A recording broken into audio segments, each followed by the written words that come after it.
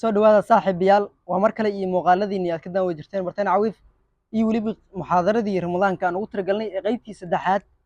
saaxiibayaal sidaad ogtihiinba waxaan ku jirnaa waddada 500 aan ku gaari lahayn, laakiin isbuucan waxa waaye aad ay noogu dhagan tahay. waa gaari laanahay janalka dad ku cusub tahay subscribe dheh, hadda horna oo joogtina like share dheh, aad ayaad u mahadsan tahay.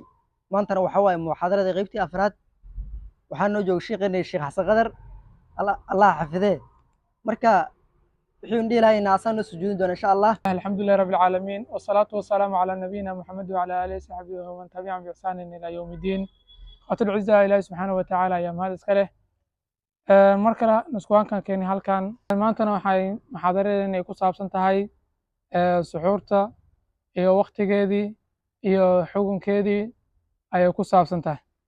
suxuurta xukunkeedu waxa weeye waa sunno waaye, waxaana kugu daliil ah inay xukunkeedu macnaha uu yahay sunno xadiidkii nabigeena calayhi salaatu wasalaam oo soo warinaya anas binu maalik wuxuu leeyahay rasuulkeena calayhi salaatu wasalaam tasaxaruu saxuurta fa ina saxuura barakatun. suxuurta waxaa waaye suxuurta waa baraka u leeyahay rasuulkeena calayhi salaatu wasalaam. xadiidkaas kaasee marka culummadu waxay dhahaan wuxuu daliil u yahay calaa istixbaabi suxuuri lisaa'imi, qofka sooman in loo sunnaynayo inuu suxuurto ayuu daliil u yahay. waxyaabaha xadiidkaas kaase macnaha lagu celeeyo waxaa ka mid ah suxuurta sunanimadeeda min mukhaalifati ahlilkitaab aa layidhi. ahlulkitaab macnaha khilaafitaankoodii ayaa macnaha baabu suxuur sunanimadeedii ayaa lagu celeeyaa.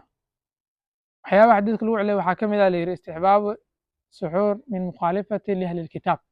ahlulkitaab macnaha khilaafitaankooda. ahlulkitaabna waxaa waaye waa nasaar iyo yahuud. ahlulkitaab waxaa la yidhi fainahum yamtanacu cindahum asaxuura, macnaha suxuurtay ayagoo way diidi jireen, sidaas darteed waxaa waaye waa lagu khilaafa la yidhi. xadiis waxaa jira oo warinaya ibnu cumar radiallahu alaa ka raalli noqdee nabigeena calayhi salaatu wasalaam wuxuu lahayaa la yidhi mu'adanaani, laba mu'adan oo lakala yiraahda bilaal iyo ibnu maktuub. rasuulkeena calayhi salaatu wasalaam wuxuu yidhi ina bilaal yu'adinu wa aadama bileyli habeenka wakuluu washrabuu. rasuulkeena calayhi salaatu wasalaam wuxuu leeyahay bilaal wuxuu aadaama habeenkii wakuluu washrabuu cuno oo caba xataa yu'adina ilaa uu ka aadaama ibnu maktuub. ibnu maktuubna marka wuxuu aadaama la yidhi waxaa waaye fajirka markuu dhasho salaad subaxii la gaaro ayuu aadaama. isagoo kusoo warinaya oo soo warinaya cumar bin alcaas oo nabigeena calayhi salaatu wasalaam uu kusoo warinaya.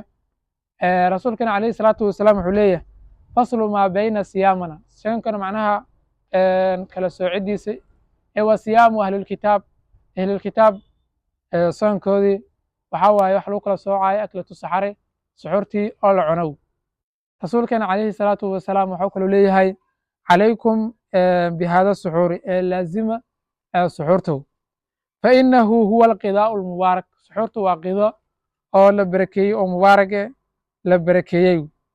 sababtana loo barakeeyey waxaa waaye yoqwi saa'imi, qofka sooman macnaha way xoojinaysaa. abu saciid alkhudriyi oo soo warinaya rasuulkeena calayhi salaatu wasalaam oo ka soo warinaya rasuulkeena calayhi salaatu wasalaam wuxuu leeyahy asuxuuru barakatun, suxuurtu macnaha waa baraka, falaa tadcuuhu ha ka teginaw leeyahy rasuulkeena calayhi salaatu wasalaam.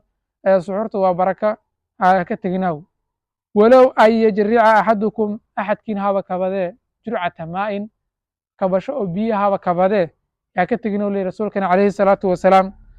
maxaa yeelay fa in allaha wa malaa'ikatu, ilaahi subxaanahu iyo malaa'igtiisa yasulluuna cala almutasaxariina, macnaha dadka suxuurtii way u ducaynayaan.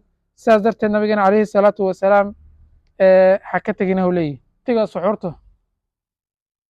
waqtiga suxuurta waxaa la yidhi wuxuu ka soo bilaabanaa min mutasafi leyli, habeenkii macnaha markuu nisoobo ilaa duluuci alfijri, ilaa uu ka soo dhalanaya fijirka. intaas waa waqtigeeda. habeenka markii macnaha uu nisoobo laba loo kala qaybiyo, niska dambe laga soo bilaabo ilaa duluuci alfijri, fijirka ilaa uu ka soo dhalanayo, intaas waxaa waaye waa waqti suxuur waaye. laakiin sida mustaxabka la sunneeyo waxaa waaye taakhiiru suxuur, suxuurtii macnaha in la dibdhigo ayaa la sunneeya.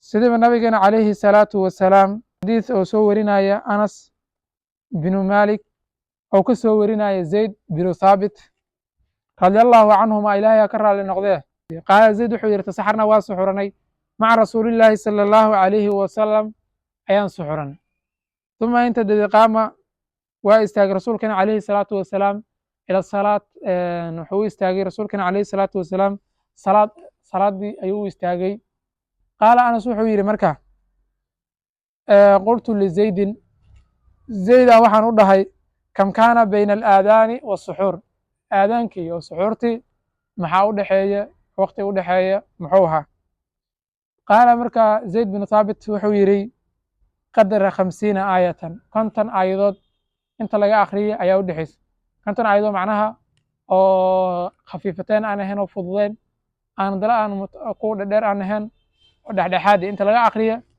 ayaa u dhexaysa yidhi marka xadiiskaas kaasina wuxuu ku tusinaa in la sunneeyo calaa istixbaabi taakhiir suxuurtii macnaha dibdhigideedii in la sunneeyo ayuu ku tusinaa waxaa la yidhi waxaa kaloo la sunneeya andala wa taqriibuhu ila alfijri macnaha in loo dhoweeyo fijirka salaad subaxi in loo dhoweeyo suxuurtii ayaa la sunneeya